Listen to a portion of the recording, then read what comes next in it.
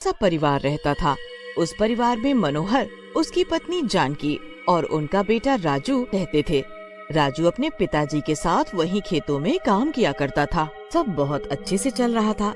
एक दिन की बात है, जब खेतों में राजू और उसके पिताजी मनोहर काम कर रहे थे। उसी दिन गर्मी बहुत ही तेज होती है। दोनों काम करके एक पेड़ के नीचे बैठ जाते हैं और उन्हें बहुत भूख भी लग रही होती है। तो राजू अपने पिताजी से खाने का पूछता है। पिताजी, मैं खाने का डब्बा खोल लूं क्या? भूख सी लग रही है। हाँ बेटा, भूख तो मुझे भी लग रही है। चल दोनों मिलकर खाना खाते हैं। दोनों खाना खाने बैठते हैं तो गर्मी की वजह से उनको खाने में भी स्वाद नहीं आता। पिताजी, मुझे तो ये खाना खाने का जरा भी मन नहीं है। अरे बेटा, थोड़ा तो खा ले, तूने सुबह से कुछ नहीं खाया। गर्मी की वजह से बुरा हाल है पिताजी। बस मैं पानी पीकर आता हूँ, मुझे नहीं खाना ये खाना।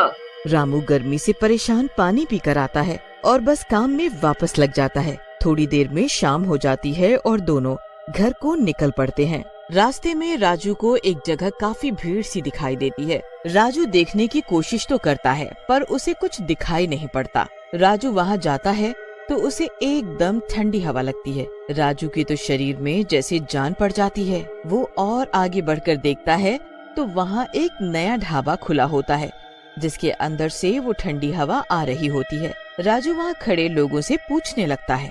अरे भाई, ये भीड़ कैसी लगी पड़ी है? जरा मुझे अंदर तो जाने दो। अरे भैया, कहाँ चले जा रहे हो? दिखता नहीं लाइन लगी हुई है, पीछे लगो लाइन में। अगर एसी में बैठकर खाना खाना है तो। एसी में? हाँ भाई, ये एसी ढाबा है। अंदर पहले ही काफी लोग बैठे हैं। जब वो खाना खा लेंगे तब जाकर हमारा नंबर आएगा। फिर हम भी ठंडी एसी की हवा में खाना खाएंगे। पर ये तो बहुत महंगा खाना होगा ना? अरे कुछ महंगा नहीं है, बल्कि इतना सस्ता खाना है कि घर से भी सस्ता। मैं तो बोलता हूँ तुम भी रोज आकर खाना खाया करो। राजू तो ये सुनकर बड़ा खुश सा हो जाता है और लाइन में लग जाता है। अब वो सुबह से भूखा भी होता है तो उससे बिल्कुल सब्र नहीं हो रहा होता। अंदर जाते ही सबके चेहरे पर एक अलग ही खुशी होती है। उनके पसीने तो मानो झट से सूख जाते हैं और बस चारों तरफ ठंडी ठंडी हवा। अरे भाई, ये एसी तो बड़ी ही कमाल की चीज है। पर ये यहाँ इस छोटे से गांव में एसी ढाबा खोला किसने है? एक औरत ने खोला है। देखना, अभी आएगी वो खाना लेकर। हरिया इतना बोलता ही है कि तभी सामने से एक सुंदर सी औरत हाथों में ढेर सारी थालियां खाने से भरकर ला रही होती है। अरे जल्दी जल्दी खाना खाओ, एसी की ठंडी ठंडी हवा में गर्मा गर्म खाना खाओ। आओ आओ, जल्दी जल्दी आओ और भर पेट खाना खाओ। पेट भर कर खाओ और पैसे की जरा भी चिंता मत करो, क्योंकि यहाँ 5 रुपए में भर पेट खाना मिलेगा। हरी और बाकी लोग पेट भरकर खाना खाते हैं। हरिया के पिताजी उसका घर पर अभी तक इंतजार कर रहे होते हैं कि हरिया कहाँ रह गया। कि तभी हरिया एकदम खुश और हंसता हुआ घर में आता है। अरे तू कहाँ रह गया था? मैं कब से तेरा इंतजार कर रहा हूँ। अरे पिताजी, वो रास्ते में भीड़ लगी थी ना, वो एक औरत ने हमारे गांव में एसी ढाबा खोला है और बस 5 रुपए में वहाँ जितना मर्जी खाना खाओ।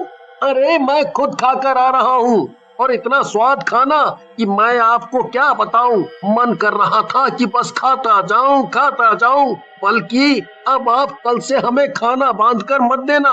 मैं और पिताजी दोनों वहीं ढाबे पर जाकर खाना खाया करेंगे। हाँ, अब तुम्हें घर का खाना क्यों पसंद आएगा? जाओ तुम दोनों वहीं जाकर खाओ, मुझे भी थोड़ा आराम मिलेगा। उस रात हरिया बड़ी खुशी खुशी मजे में सोता है और अगले दिन अपने पिताजी के साथ फिर उस ढाबे में खाना खाने जाता है। गांव के लोगों का जो गर्मी में बुरा हाल हो रहा होता है, एक ढाबा खुलने से उनको बड़ा ही सुकून मिलता है। थोड़े दिन लोग खूब ढाबे के खाने का आनंद लेते हैं। हरी भी रोज ढाबे का खाना ही खाता है। पर एक रात हरिया के पेट में अजीब सा दर्द उठता है। धीरे धीरे दर्द बढ़ता ही जाता है और हरिया जोर जोर से चिल्लाने लगता है। हरिया के माँ बाप चिल्लाने की आवाज सुनकर आते हैं और हरिया को डॉक्टर के पास लेकर जाते हैं। डॉक्टर के पास पहले ही पेट दर्द वालों की लंबी लाइन लगी होती है। लोग दर्द में तड़प रहे होते हैं और मरीजों की संख्या बढ़ती ही जा रही होती है। किसी को कुछ समझ नहीं आ रहा होता कि ये अजीब सा दर्द किस वजह से है, पर इस दर्द के बारे में बस एक को ही पता है और वो है चंपा, एसी ढाबा चलाने वाली औरत नहीं बल्कि एक खूंखार चुड़ैल। मेरी तरकीब काम कर रही है। सब लोग मेरा खाना खाकर धीरे धीरे बीमार पड़ने लगे हैं और कुछ ही दिनों में पूरे गांव में ये बीमारी फैल जाएगी जिसका इलाज पूरी दुनिया में किसी के पास नहीं है। धीरे धीरे पूरे गांव के लोग उस चुड़ैल के एसी ढाबे का खाना खाकर बीमार हो जाते हैं और किसी भी डॉक्टर के पास इसका इलाज नहीं होता। लोगों को समझ ही नहीं आ रहा होता कि आखिर वो करे तो क्या करे। चुड़ैल ये सब देखकर बड़ी ही खुश होती है और रोज अपना ढाबा खोलकर लोगों को जादुई खाना खिलाती है। एक दिन उस गांव में दूसरे गांव से एक बड़े ही ज्ञानी बाबा आते हैं। उनके साथ इसी गांव के 2 लोग होते हैं जो उनके साथ साथ चल रहे होते हैं। बाबा, यहाँ बहुत गर्मी है और आप चल भी नहीं पा रहे और आपने सुबह से कुछ नहीं खाया है। यहाँ एक एसी ढाबा है, वहाँ चलते हैं, वहाँ आप थोड़ा आराम भी कर लेना। बाबा उस आदमी की बात मानकर उस ढाबे में जाने के लिए हाँ भरते हैं और जैसे ही वो वहाँ पहुँचते हैं उनको अजीब सा महसूस होता है। वो कहीं न कहीं समझ जाते हैं कि ढाबे में कुछ तो गड़बड़ है। वो वहाँ बैठते हैं तो चंपा नाम की औरत हमेशा की तरह खाना लेकर आती है। बाबा उस औरत को देखते हैं तो उनको वो औरत अपने असली चुड़ैल के रूप में साफ साफ नजर आती है। अरे बाबा, ये लो स्वादिष्ट मेरे हाथ का खाना। हाँ हाँ, रख दो इधर। चंपा चली जाती है और बाबा उस खाने को ध्यान से देखते हैं। उनको समझ आ जाता है कि खाना जादुई है। वो प्लेट से एक रोटी लेकर अपने थैले में रख लेते हैं और बिना कुछ खाए वहाँ से निकल जाते हैं। उसके बाद वो गांव में प्रवेश करते हैं तो पता चलता है कि गांव के लोग कैसे पेट दर्द से तड़प रहे हैं। ये सब उस चुड़ैल का काम है। तुम लोग अब तक समझ नहीं पाए कि कोई इतने सस्ते में एसी में बैठा कर क्यों इतना सारा खाना खिला रहा है और उसके बाद से ही सबके पेट में दर्द भी है। मैं तो उस औरत को देखते ही पहचान गया। हे भगवान, अब हम क्या करेंगे बाबा? आप ही इस चुड़ैल से हमारा पीछा छुड़ाओ और सबको इस बीमारी से मुक्त करो। आज मैं एक जप करूंगा और उस चुड़ैल को हमेशा हमेशा के लिए खत्म कर दूंगा। तुम सब परेशान ना हो।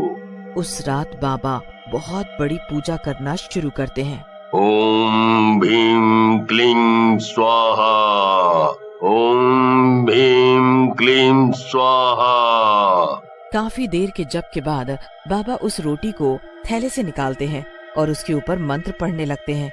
मंत्र पढ़ते ही उस रोटी को हवन में डाल देते हैं और ऐसा करते ही उधर चुड़ैल के एसी में आग लग जाती है। आग, ये कैसे हो गया? नहीं, ये नहीं हो सकता। ये एसी तो खराब हो ही नहीं सकता था। आग देखकर गांव वाले ढाबे के आसपास जाकर खड़े हो जाते हैं और चुड़ैल अपने असली रूप में बाहर आकर चिल्ला रही होती है।